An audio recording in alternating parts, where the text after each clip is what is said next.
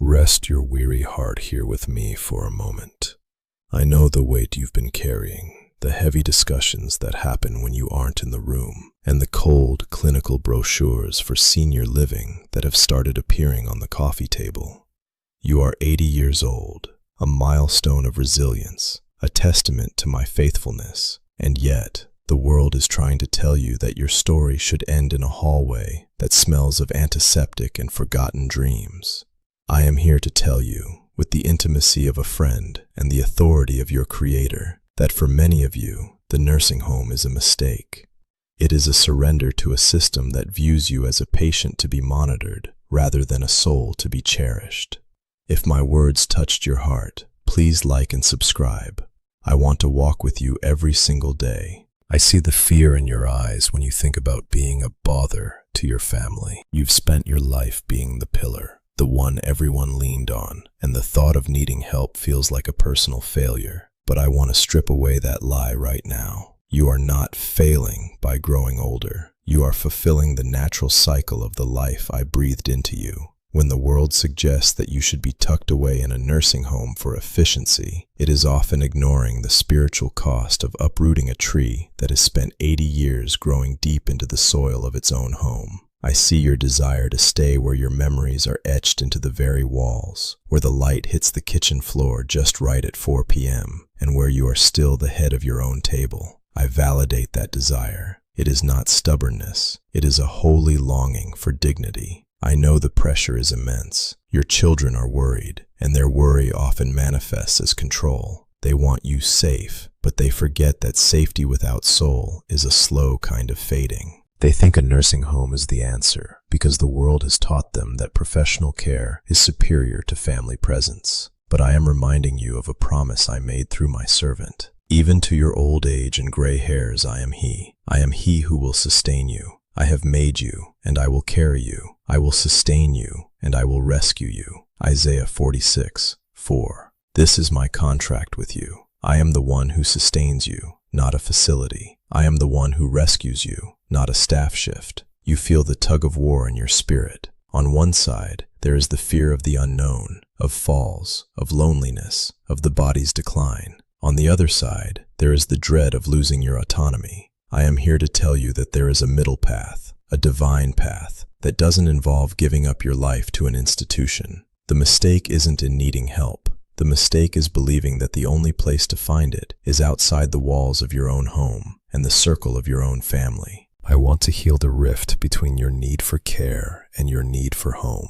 I want to show you that I am capable of orchestrating your protection right where you are. We are going to look at this fear together, and I am going to help you find the courage to say no to the world's easy exits and yes to the path of faith I am laying out before you. You are my masterpiece, and I am not finished with this chapter of your life. Trust me, the walls of your home are still a place where I intend to perform miracles. Stay here with me, my child. Let the tension in your shoulders drop just an inch. I want to show you how the world's pace and its obsession with efficiency have tried to steal the very ground you stand on. We live in a time that moves so fast, it has forgotten how to honor the slow, sacred rhythm of a life that has reached 80 years. The world sees your age as a logistical challenge, a series of problems to be solved with schedules, medication charts, and professional shift changes. This is the weight that is crushing you, not the years themselves, but the clinical way the world now looks at your existence. You've spent decades building a life, haven't you? You navigated the storms of middle age, the sacrifices of parenthood, and the long days of labor. But somewhere along the way, a wall was built, not by you, but by a society that fears the mirror of old age. Without realizing it, your family has been taught that love means outsourcing. They think that by placing you in a nursing home, they are giving you the best care. But I am here to tell you that there is a profound difference between being cared for and being loved. In those sterile hallways, the world tries to offer you safety at the cost of your spirit. They trade your agency for a routine and your history for a room number. This is the anatomy of the weight, the feeling that you are being managed instead of being heard. I see the secret conversations your children have. They are tired, I know. They are juggling 1,000 digital demands, and their worry for you has become a heavy cloak they wear every day. Because they are overwhelmed, the world whispers a seductive lie. A nursing home will give everyone their life back. But my dear friend, life is found in the struggle of love, not in the convenience of distance. When the world tells you to step aside so as not to burden the young, it is robbing the young of the very thing they need to grow, the opportunity to serve, to honor, and to see my grace reflected in your endurance. I remember when I told my followers,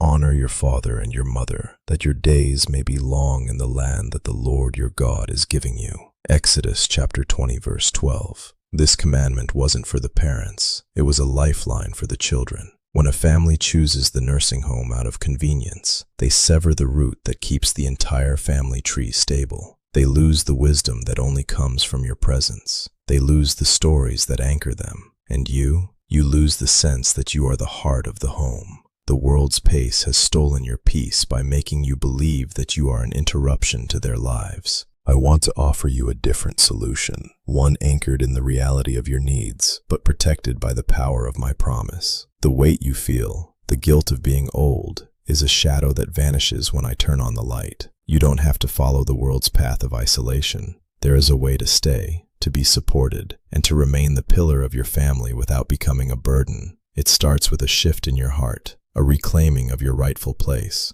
I am your advocate in these family meetings. I am the one who softens the hearts of children who have become too busy to see. We are going to dismantle the walls of convenience and rebuild a foundation of true, sacrificial love. You are the elder, you are the wisdom bearer, and I am not done using you to teach your family how to truly live. Listen closely, my beloved, for this is the moment where the shadows flee. You have spent 80 years trying to hold everything together with your own strength, and now you stand at a crossroads where the world says, give up, and I say, look up. There is a divine relief I want to pour over you, a peace that doesn't depend on your mobility, your memory, or your bank account. I see the fear of the nursing home looming like a cold winter, but I am here to offer you the warmth of my presence and a promise that changes everything. You asked me how to stay, how to be cared for, and how to avoid the mistake of being tucked away. Here is the one thing I ask of you. Surrender your dignity into my hands and invite your family into the sacredness of your weakness.